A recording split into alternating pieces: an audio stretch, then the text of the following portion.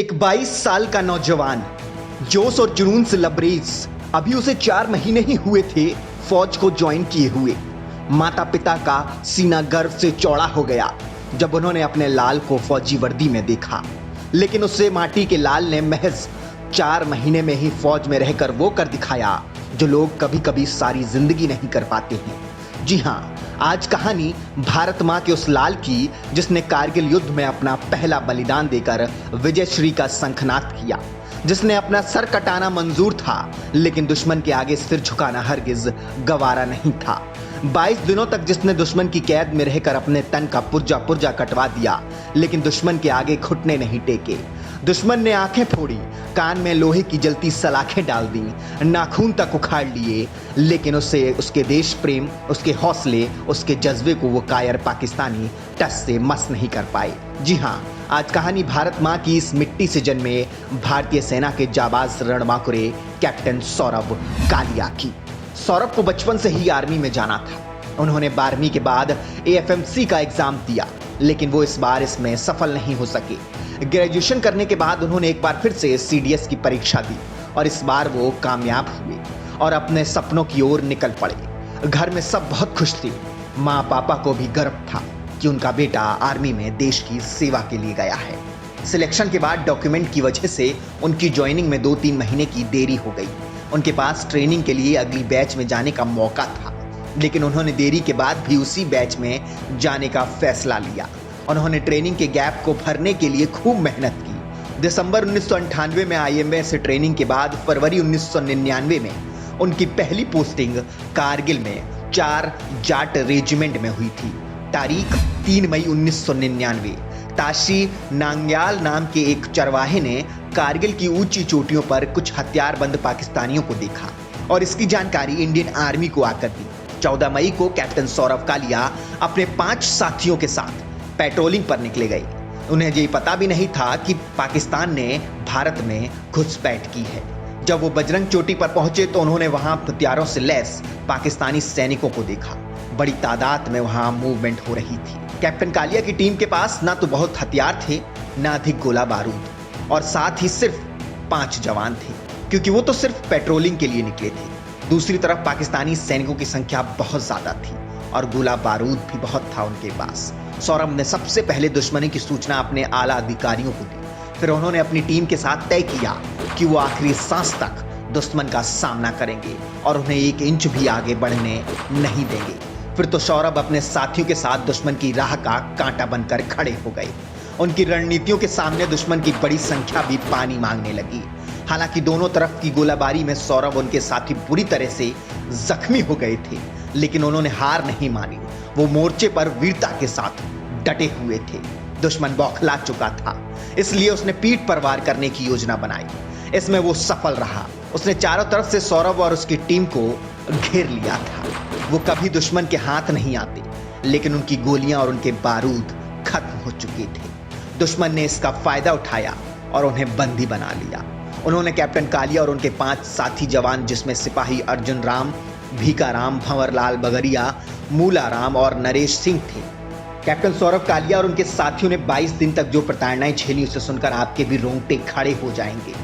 दुश्मन सौरभ और उनके साथियों से भारतीय सेना की खुफिया जानकारी जानना चाहता था, इसलिए उसने लगभग 22 दिनों तक अपनी हिरासत में रखा। उनकी लाख कोशिशों के बावजूद भी कैप्टन सौरभ ने एक भी जानकारी नहीं दी। इस कारण दुश्मन ने यातनाओं का दौर शुरू कर दिया।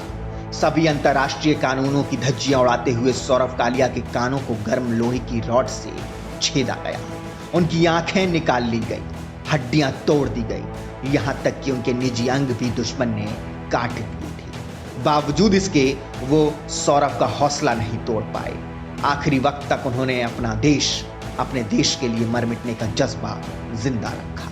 उन्होंने सारे दर्द को हंसते हंसते पी लिया। अंत में जब वो दर्द नहीं झेल सके तब वो वीर गति को प्राप्त हो गए। कैप्टन कालिया के छोटे भाई वैभव कालिया बताते हैं कि उस समय बमुश्किल बात हो पाती थी। उनकी ज्वाइनिंग को मुश्किल से 3 महीने हुए थे। हमने तो उन्हें वर्दी में भी नहीं देखा था। फोन तो तब था ही नहीं, सिर्फ चिट्ठी ही सहारा थी, वो भी 1 महीने में पहुंचती थी। एक अखबार से हमें सौरभ के पाकिस्तानी के कब्जे में होने की जानकारी मिली थी। लेकिन हमें कुछ समझ नहीं आ रहा था, इसलिए हमने लोकल आर्मी कैंटोनमेंट से पता किया। सौरभ की आखिरी तस्वीर है जिसमें वो अपनी मां के साथ दिख रही है। हालांकि ये तस्वीर सौरभ कभी नहीं देख पाए। मई 1999 की दोपहर जब सौरभ की मम्मी विजया कालिया को यह खबर मिली कि उनके बेटे का शव मिल गया है, तो वो ये सदमा बर्दाश्त नहीं कर पाई। जब कैप्टन सौरभ कालिया का पार्थिव शरीर उनके घर पहुंचा तो सबसे पहले भाई वैभव ने देखा।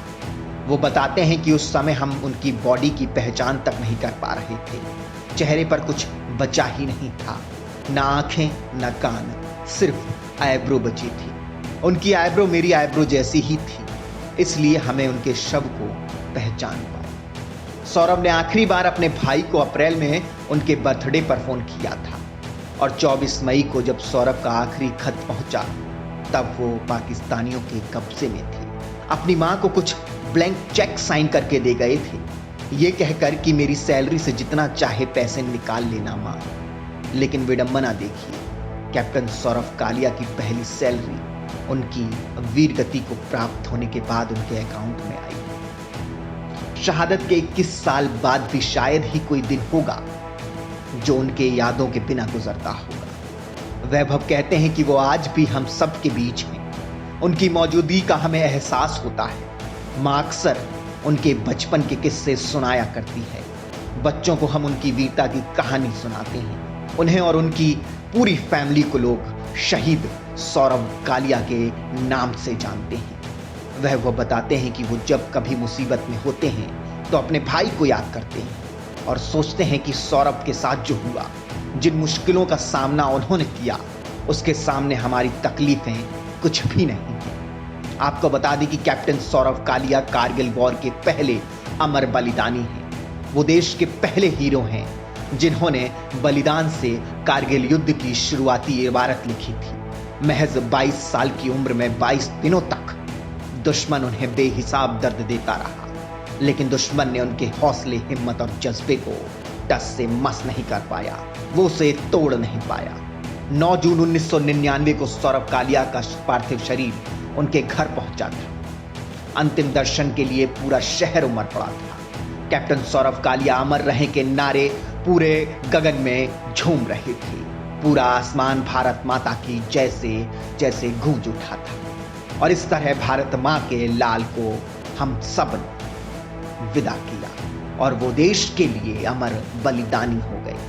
कैप्टन सौरभ कालिया को उनके अदम्य शौर्य, पराक्रम और बलिदान के लिए शिवालिक जनरल कोटि कोटि नमन करता है और नमन करता है उन माँ बाप को जो अपनी संतानों को देश सेवा के लिए भेजते हैं, जो अपने संतानों को देश सेवा में न्यौछावर कर देते हैं। धन्य है ये धरा ऐसे वीरों को पाकर, धन्य है ये धरती कैप्टन सौरभ कालिया जैसे महावीरों को पाकर। जय हिंद, जय भारत। अगर आप ये वीडियो YouTube पर देख रहे हैं तो हमारे चैनल को सब्सक्राइब कर बेल आइकन दबाना ना भूलें। अगर आप हमारी वीडियो को Facebook पर देख रहे हैं तो हमारे पेज को फॉलो और लाइक करना ना भूलें।